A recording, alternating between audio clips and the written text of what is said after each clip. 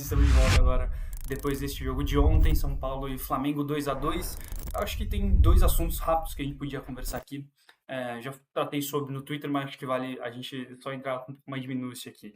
Então, primeira coisa, o São Paulo ganhou duas partidas e empatou uma dessa sequência de três contra dois adversários diretos pela pré-Libertadores e contra um candidataço, não só ao título brasileiro, mas também ao título da Copa Libertadores. Eu acho que vale ressaltar o sentimento de bastidor, o sentimento da diretoria do São Paulo muito positivo nesses últimos dias.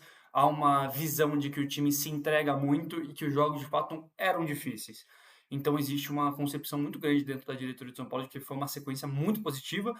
E se a gente falava de reuniões de planejamento que começaram na semana passada, pensando já e avaliando já a possibilidade de jogar apenas a Sul-Americana, agora o negócio já mudou bastante de versão, acho que dá para falar. Agora o São Paulo, o oitavo colocado, 44 pontos, já dá para antecipar, assim, pelo menos uma vaga de pré-Libertadores. Lógico, não tem nada garantido e, por enquanto, inclusive, o São Paulo está fora do G7. Só que esse próprio G7 pode virar um G8, dependendo das campanhas de Cruzeiro e Fluminense, tanto no Brasileirão quanto na Copa do Brasil.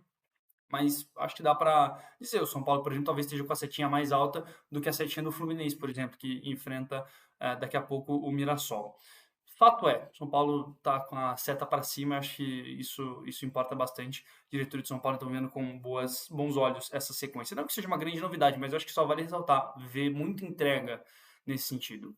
Sobre renovações, a gente já deu isso aí há algum tempo, mas vale ressaltar, renovações é um assunto suspenso hoje no São Paulo, não se fala nisso por enquanto, e nem de mercado. A única negociação em andamento que o São Paulo tem é com o Bahia sobre o Rodrigo Nestor. E o que eu escutei, a gente já deu que a hashtag está fechado, mas houve até não está carimbado no papel ainda o acordo, já existe um acordo verbal, como a gente trouxe, vai ser por volta dos 3,8 milhões de euros a negociação. O São Paulo ainda vai ter direito a lucro, a porcentagem de lucro de futura venda. O São Paulo vai ter direito também a bônus caso o Nestor bata metas lá em Salvador, mas não está concretizado ainda porque falta pequenas pendências. Mas o que eu escutei, como a gente já deu, né, é que não deve ser problema, então isso aí deve se encaminhar logo logo. O Rui Costa que está à frente dessas negociações. Rui Costa também, que virou assunto nessa semana. Por quê? A gente divulgou que o Rui Costa deve receber, acho que a gente pode falar nesse tom, o Rui Costa deve receber uma proposta de reestruturação contratual. O que significa? O São Paulo vai oferecer um maior salário para o Rui Costa. Por quê? Porque o São Paulo vê, e aí quando eu falo São Paulo, eu falo principalmente do Júlio Casares, o presidente Júlio Casares vê o Rui Costa como uma peça muito importante da direção de futebol para 2026. Por que aumentar o salário do Rui Costa? Porque o Rui Costa, no meio do ano, foi sondado pelo Grêmio, recebeu uma proposta do Grêmio e negou a proposta. O Rui Costa escolheu permanecer no Morumbi pensando no projeto para 2025.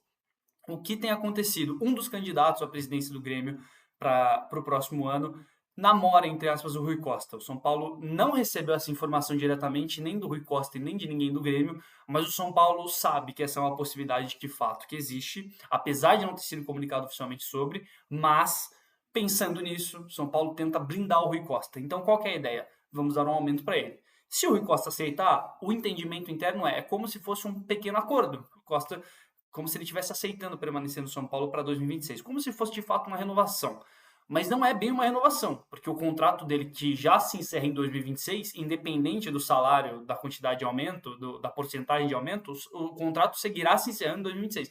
Então não vai rolar Rui Costa com contrato para 2027 ou para 2028, até porque o triênio do Casares se encerra agora. Então só tendência a isso. O Casares não renovaria o contrato do Rui Costa para além de 2026. Está rolando uma reestruturação. Para quem vê NFL e NBA, sabe muito bem do que eu estou falando. Vai rolar um aumento de salário, porque é um profissional que entende-se dentro do São Paulo, está valorizado tanto internamente quanto externamente, tanto que recebeu a sondagem do Grêmio no meio do ano e pode ser que receba uma outra sondagem, uma outra proposta agora para 2026. Como fica o Carlos Belmonte nisso? É importante ressaltar, o Casares tem ficado um tempo fora de ação por conta de dores nas costas, ele tirou licença médica e o Carlos Belmonte também tem tido alguns problemas pessoais, tem tido algumas questões pessoais e também está um pouco afastado. Não está 100% afastado, terça-feira no treino aberto, a imprensa ele estava lá, inclusive no centro da Barra Funda, mas está um pouco afastado. Então, acho que vale ressaltar. Como ficou a questão do Belmonte?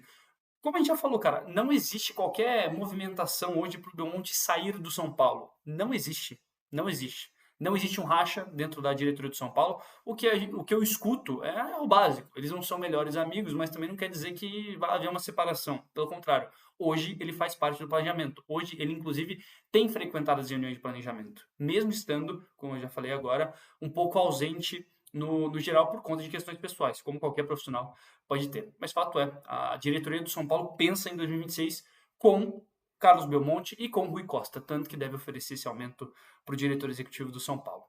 De resto, ficamos por aqui. Essas 3 informações eu acho que seria legal dar uma atualizada. Então, de mercado, São Paulo está parado. O Rui Costa deve receber essa proposta de aumento. E aí, internamente, o São Paulo entende como se fosse um aperto de mão simbólico, uma indicação de que ele seguiria em 2026, apesar de não ser um contrato com cláusula rescisória de 500 milhões de euros, né? É simplesmente uma sinalização. Aí, até perguntei isso, né? Se o Rui aceitar, significa que seria que daria a palavra para ficar no São Paulo?